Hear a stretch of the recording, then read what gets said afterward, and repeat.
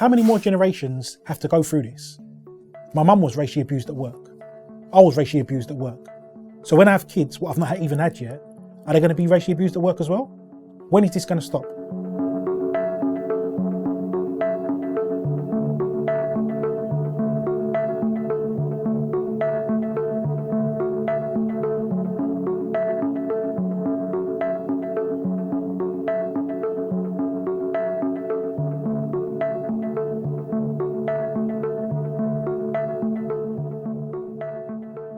GDS Deputy HR Director at the time took exception to me calling out that I'd been bullied in such a public forum. I've always had a clean bill of health prior to joining GDS. So for me to stand there, it did take a lot of courage, and I did receive emails from senior people within the organisation to say they're very brave. And all of these seniors, they all left anyway because they were being bullied themselves. The fact that black colleagues came up to me, some that I'd never spoken to before that day, and warned me that they're going to come for me, the first thing what popped into my head was the movie Get Out. Get out. Sorry, man. Get out! Yo! Like, what do you mean they're going to come for me? Like, I grew up in East London. When someone says they're going to come for you, it means they're going to target you. But I should have listened because that's exactly what happened to me. The only reason why that was is because I was born with black skin. There's no other reason.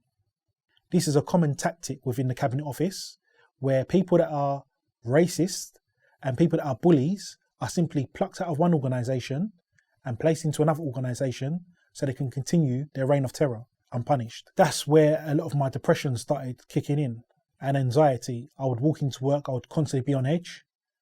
I would see senior leaders giving me dirty looks.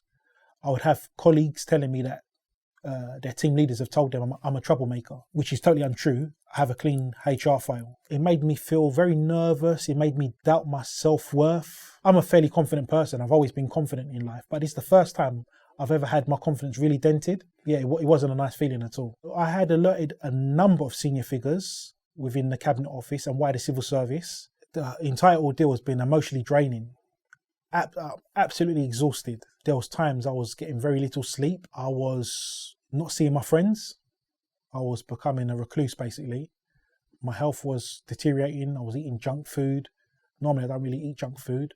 Mentally, I had suicidal thoughts. When the Cabinet Office sent me for occupational health assessment, the report was really damning. The way they mark an occupational health assessment for PTSD is they mark it out of a score of 89. And any score above 33 is deemed really bad. My score was 69. 69. When it came to the tribunal settlement, they said there's no proof that the Cabinet Office caused my PTSD. That's what the government legal department said. So even when they're in court, they like to gaslight their victims. The whole culture of gaslighting within the Cabinet Office is totally unacceptable. And I have to be frank and honest here that if it continues, people will kill themselves.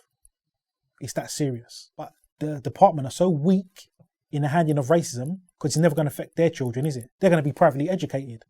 They're going to come through the fast stream and they're going to become directors. People like me, when I have children, yeah, we're the people that feel it. You know, how many more generations have to go through this? My mum was racially abused at work. I was racially abused at work. So when I have kids, what I've not even had yet, are they going to be racially abused at work as well? When is this going to stop? So this is one of the reasons why I'm speaking out now. Because personally with me, it stops today. It stopped on the 10th of September when I got my settlement. When they knew that I wasn't going to sit there and take this from them, that's when it stopped. I'm refusing to let anybody be racist to me ever again. Ever again. And I would advise people to stand up for themselves. These people are racist. You're not going to get to the top. You're best off moving to an organisation that will respect you. I would actively tell Black and Asian members of the public, do not join the Cabinet Office or the civil service. If you want to be racially abused, go there. I wish that somebody would have warned me. When joining the civil service and the Cabinet Office, my dreams and aspirations was to help bring change. Like I said, I'm from a part of East London where there's a lot of gang violence, a lot of drug dealing, etc. And I wanted to show people that look like myself, there's other routes in society. You can go to number 10. You can work in government. You can help to change your community. I know my skill set. I know the value that I could have brought to the organisation. But unfortunately, racists took that over and it's done.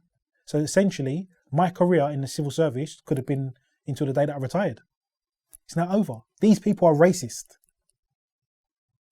And their careers are thriving. And mine's come to an end. I would classify myself as a survivor of the Cabinet Office. If you're black or you're Asian, that's what you do. You don't go to work to thrive, you survive. Yeah, I'm proud to say I'm a survivor of the Cabinet Office. They thought they were going to crush me. I need to provide hope to those black and Asian civil servants that are at home crying themselves to sleep, that there is hope. You can survive. If you was to do something to yourself, it's going to impact your family. It'll be my mum that's suffering. They're not going to be worried about what happens to them. So I don't take pride in being disrespected, having my dignity stripped away from me, but I take pride in surviving it all. We enter the civil service with jet black hair and hope. We leave with grey hair and broken hearts.